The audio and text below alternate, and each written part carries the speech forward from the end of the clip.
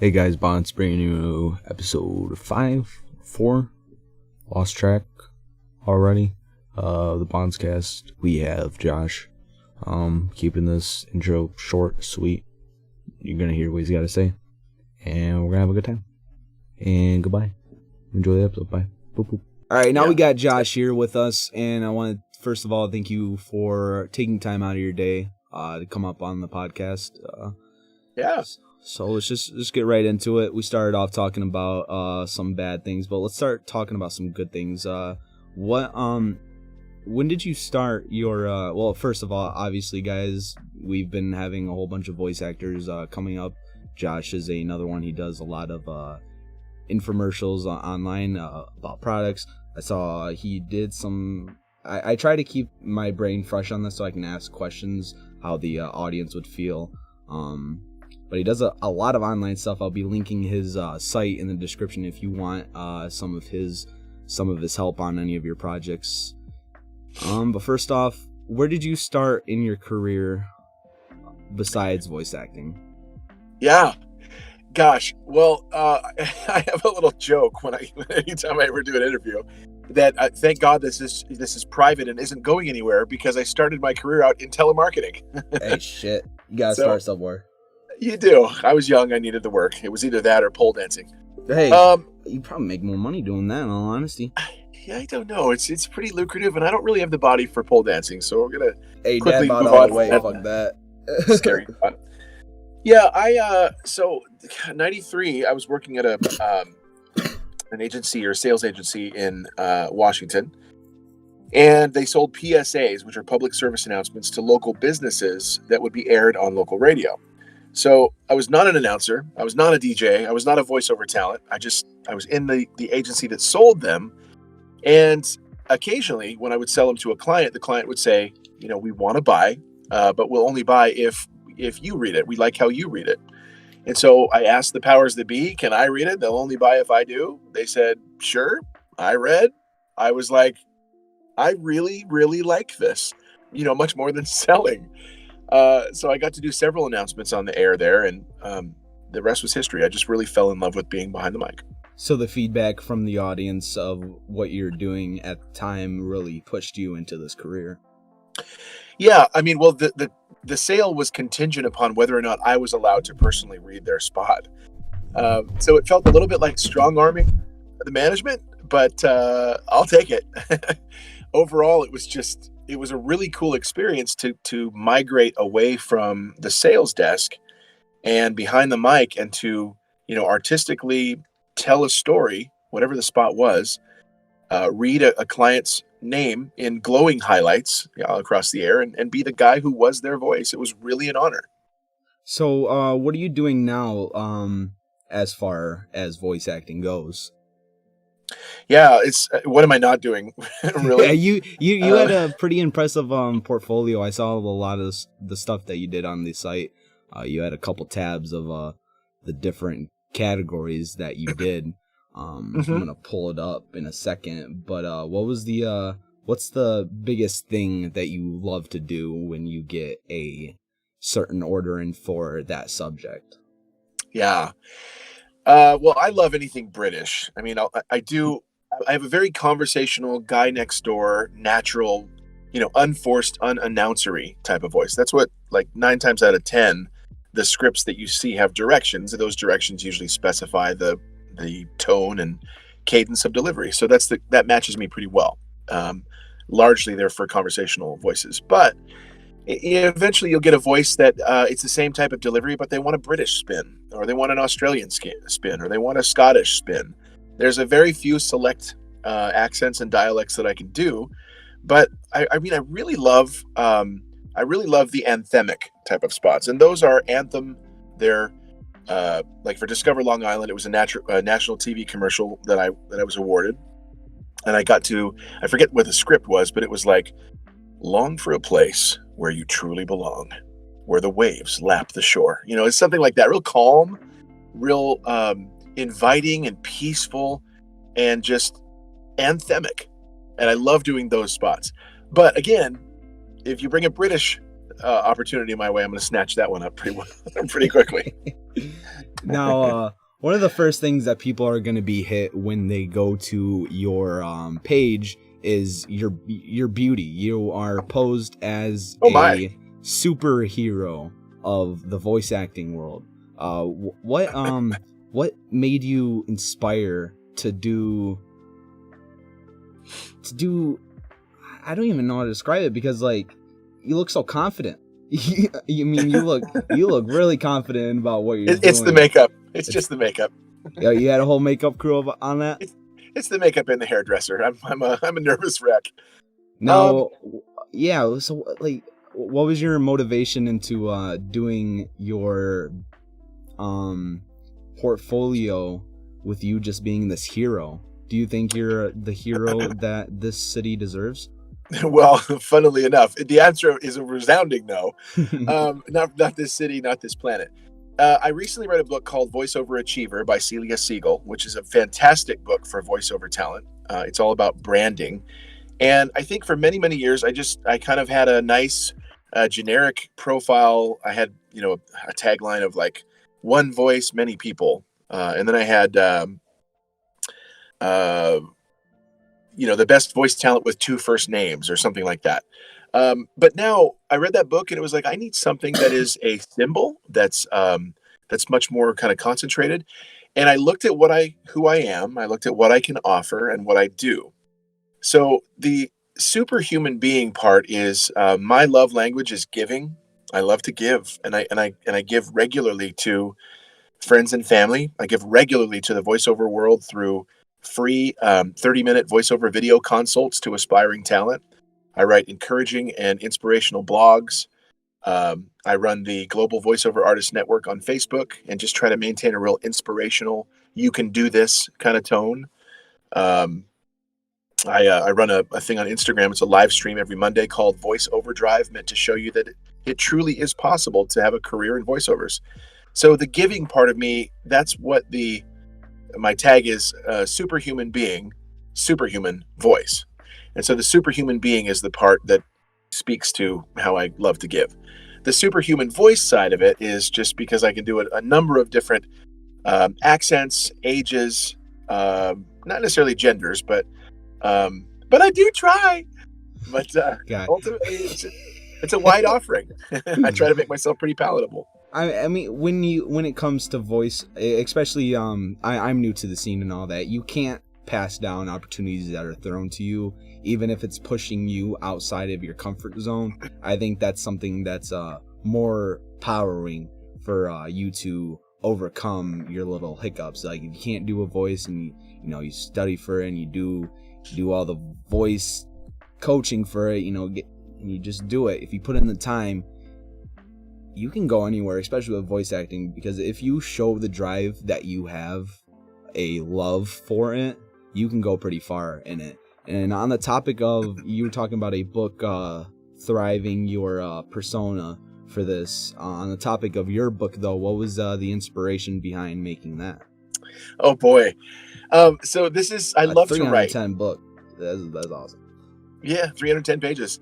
It's a pretty robust offering. So I love. Let me go back. I explain toujours. So I come from the world of wedding videography. Excuse me. So I never ever do wedding videography ever again. Voiceovers have delivered me. Like I am set free. I see the light. I've been doing them forever and ever. I just never really offered them as a service unto themselves until the fall of 2016. So when I decided I'm going to do this is, I've been doing these all along. Why don't I just do these as my career? When I finally decided that and made that my focus, it allowed me to strip away other parts of my life that I just felt kind of trapped in. One of those was wedding videography. So I have a profound love of voiceovers. Right behind that is writing about voiceovers. So blogging and writing this book was just, I want to share how much voiceovers mean to me and how much they've just totally rocked my world. So it's available at voiceoversuperbook.com or supervoiceoverbook.com. You can check it out. It's gotten some great reviews so far by some real industry heavyweights that I appealed to read it and tell me what they think. But I really take it as a kind of a ministry to blog. Every Monday, I release a blog from the Voice Actor blog at voiceactorblog.com. I release uh, a new inspirational blog to give you a lot of laughter. And boy, do we need that right now. I mean, Yeah. that's the best medicine right now. Well, the people staying inside definitely, being able to only have to turn to the internet. It's good to be able to have good people, just trying to make the best out of the situations that are thrown to us. Yeah. No. Yeah, it's very sad. It's tragic. It's not entirely unprecedented. What with SARS and MRSA and Spanish flu and everything else that ever happened, but it's unprecedented at this scale and certainly at this swiftness. So what and right now we're seeing as voice talent, we're not necessarily immune to this threat. No one is. By that I don't mean we're not immune to getting and contracting COVID-19. We're immune on certain levels to being out of work. We already work from home. We already do digital marketing. We are, fairly kind of entrenched in what we do here and don't have to report to a work. So our income isn't necessarily impacted in the same way. But it's sad. It's a necessary evil right now that we have to record spots that speak to sadness. I have a directed session coming up at 2 p.m. Pacific time today for a project that is, or for a company that has a spot in Butte, Montana, telling people that we're going to make it through this, telling their clients that we'll be back to service, provide service for you when the smoke clears. The scripts are really powerful and really sad, at the same time. It's just sad that we have to do them. But you need to get the point across so we can help stop this disease. It's terrible, and I just don't want to see nobody go through it. Stay inside as much as you can. Wash your hands as Absolutely. frequently. Guys, we've used lotion to masturbate. I'm pretty sure we can use it to moisturize our hands afterwards, because I'm still working. I do industrial work. I'm considered essential, so I find myself washing my hands a lot, and they are cracking. I got this. If anybody's working during these times and find themselves in the same predicament, I found this lotion. It's called Working Man Hands. It's been great. Just do your part. Voice actors, you're already doing your part by sitting inside, doing your job. We appreciate you. Make people laugh. That's what we want. We need some comedy out of this, because unlike 100 years ago when we were getting plagues, and still, we didn't have that outlook that people could look at. It was thinking about the disease 24/7, being worried about it. And I see it in my mom, especially because she's got respiratory problems, really, really bad. So she's definitely freaked out. She still has to work during this. We just have to take the precautions, and hope this passes over. That's all. Yeah. That's all we gotta do. Just listen. Absolutely. And don't think that the government's behind it. Even if they are, just let them be assholes. Just keep yourself and the loved ones safe. Even if you can't die from it, because I'm young, I know that I have a very, very high chance of dying, but I don't want to pass it on to anybody and be responsible for this death. So just do your part. Sure. Yeah, absolutely. It's a team effort. It's a global team effort now at this point. We're human beings. I just recently had a disagreement with a fellow voice talent that was kind of ended somewhat not ideally. And we just patched things up yesterday. It was a strong disagreement, but we patched things up yesterday because in light of what is happening, it's pretty insignificant. These little things are just insignificant. And it's unfortunate that it takes a global pandemic to encourage people to wash their hands. It's unfortunate that it takes a global pandemic to encourage people to be nicer to each other.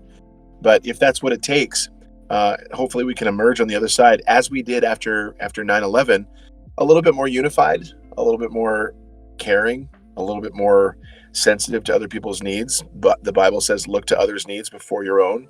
In humility, consider others better than yourselves. So that's kind of what we should be really focusing on right now. Couldn't say it any better. I appreciate that. I don't know. It's a very, very weird topic because nobody talked like this during SARS and E. coli and Ebola, and now it's just a big deal and people are struck by it.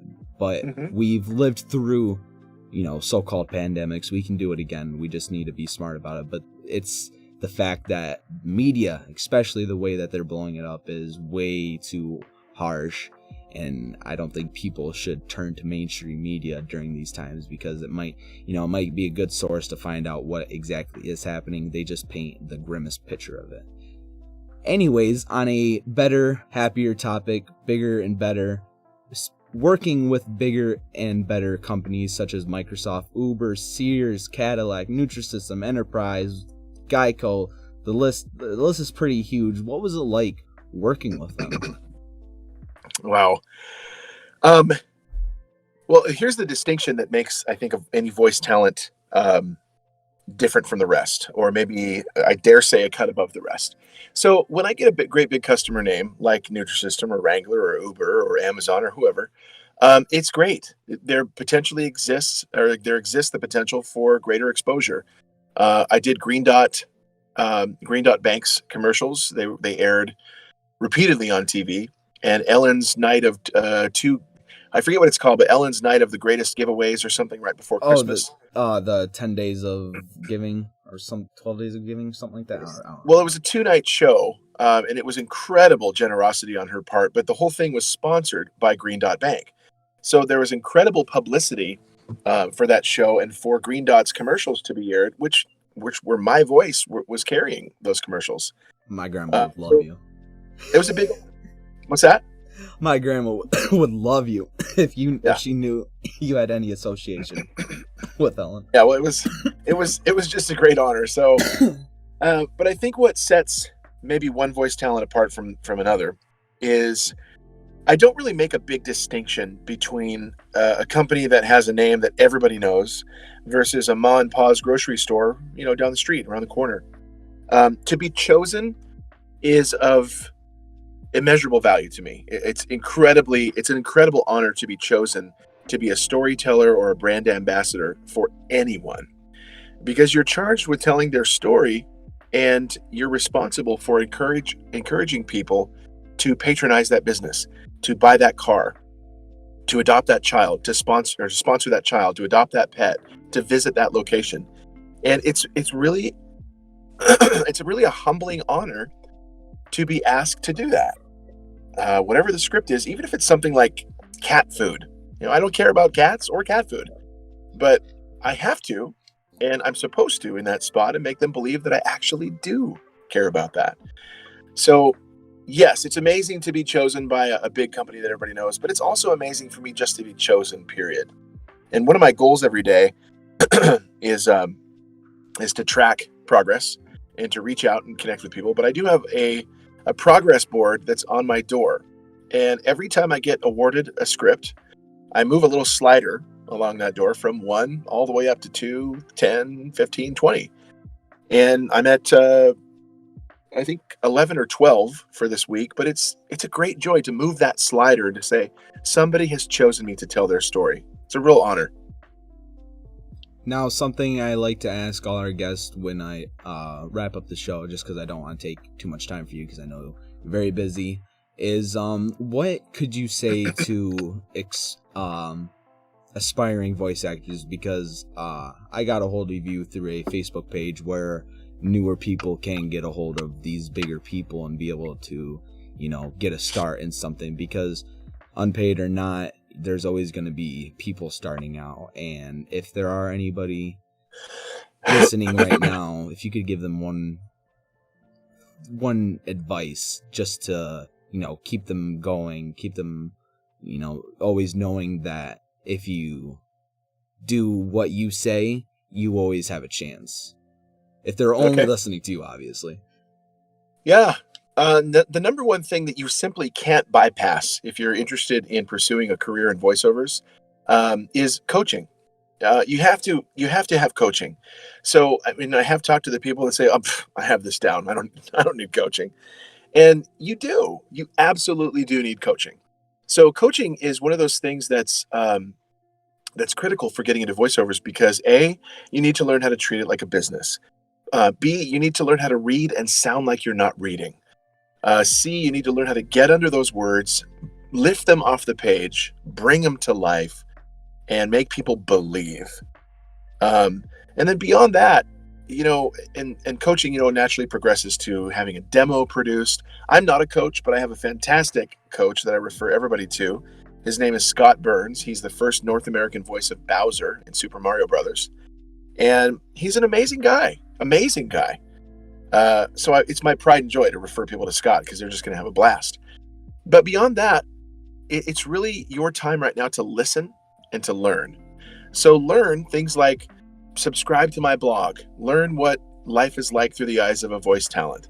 Buy my book, buy other people's books to learn what the business of voiceovers is all about. Get the coaching, that's learning. And then listen all the time, as much as you possibly can. Listen to those commercials on the air. Listen to those commercials on TV, radio, Pandora, internet videos. How are people voicing scripts, and why or why not are you compelled to do what they are urging you to do? How are they saying what they're saying that's compelling you or not compelling you to do what they want you to do? If you can do that and then learn how to mimic it, see how they're reading, see how they're intimating a script that they probably, maybe they don't even own a BMW, but they're encouraging you to buy a BMW. And they have so taken those words upon themselves to go, I believe in the power of BMW, that now you do too, just by listening to how they read it. So listen and learn and definitely get coaching. That's what I would say. Now, one last time, I want to thank you so much. Is there anything you want to plug before we wrap up? Boy, do I. Oh, boy. We're going to have a good description for you guys. You just increased this podcast by a half hour. So I definitely would love to share my book with the whole world. I call it bio-instruction. It's part biography, it's part anecdotes, it's part instruction. It's a 310-page whopper of a book to show you what running the business of voiceovers is like, and living the life of a voiceover is like. It's called Voiceovers, a Super Business, a Super Life. You can go to supervoiceoverbook.com or voiceoversuperbook.com for those who are dyslexic among us. And then you can buy the book there, see reviews, blah, blah, blah. Subscribe to the Voice Actor blog, which is at voiceactorblog.com. Subscribe there, receive weekly encouragement through, anecdotal, satirical musings that really give you some laughter in an industry where you're probably going to face a lot of quote unquote rejection through auditioning. So the book, the blog, and then just keep dreaming, keep pushing forward. This is an amazing, lucrative career. And then if you ever want to do a free half-hour voiceover video consult, you can email me. It's me@saysomethingjosh.com. I do them for free. Just answer any questions you have, show you how you get into it, show you how you run a business out of it, and then, wish you well and send you off to the wolves. Now, one last time, I want to thank you so much, Josh, for taking your time out of your day to come and do this. I do appreciate hearing you. I'm going to have you on back again. If you guys have any questions for Josh that you don't think I asked, you don't think I asked good enough, write them down in the comments. We'll get them out to him next time. Find all his websites in the link in the description. Any final words, final statements? Your focus determines your reality. That's a mantra that comes from, of all places, Star Wars Episode 1, The Phantom Menace. Adopt that phrase for yourself. Whether you're going to pursue voiceovers or not, adopt it for your life. Your focus determines your reality. Absolutely love that phrase. Focus and determination is something all we need in this harrowing times. But until next time, this is Bonce and Josh reminding you, if I can speak, to stay hydrated, wash your hands now too, because that's the thing. Love you guys, bye.